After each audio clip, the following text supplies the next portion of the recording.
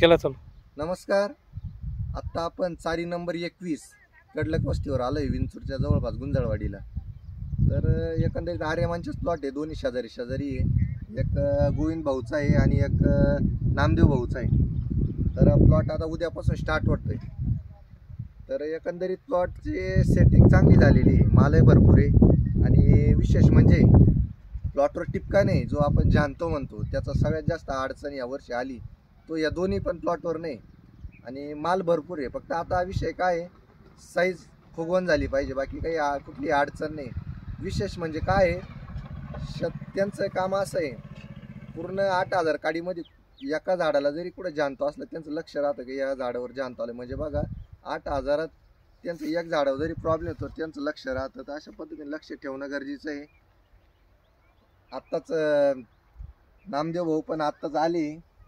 तर अशा पद्धतीनं दोघांचे प्लॉट आहे. काय वाटतं, प्लॉट कसं काय वाटतं? प्लॉट सुंदर.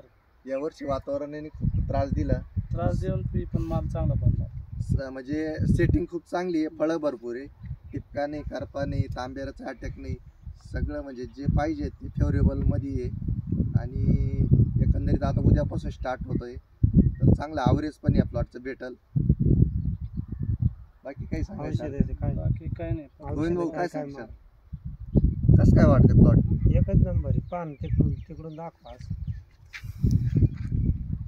प्लॉट चांगले आम्हाला, फक्त आता येऊन पुढचं मार्गदर्शन आम्हाला साईज आणि माल. आता जे मार्केटला आपण बघतोय, जे मार्केटला माल जाऊ राहिले, टिपक्याचे प्लॉट रिजेक्ट होऊ राहिले, व्यापारी घ्यायला नाटक करताय. दुसरी गोष्ट तिरंगा गुलाबी कलर याचे बी प्रॉब्लेम आहे. तर त्या पद्धतीनं नियोजन इकडून पुढं करणं गरजेचं आहे.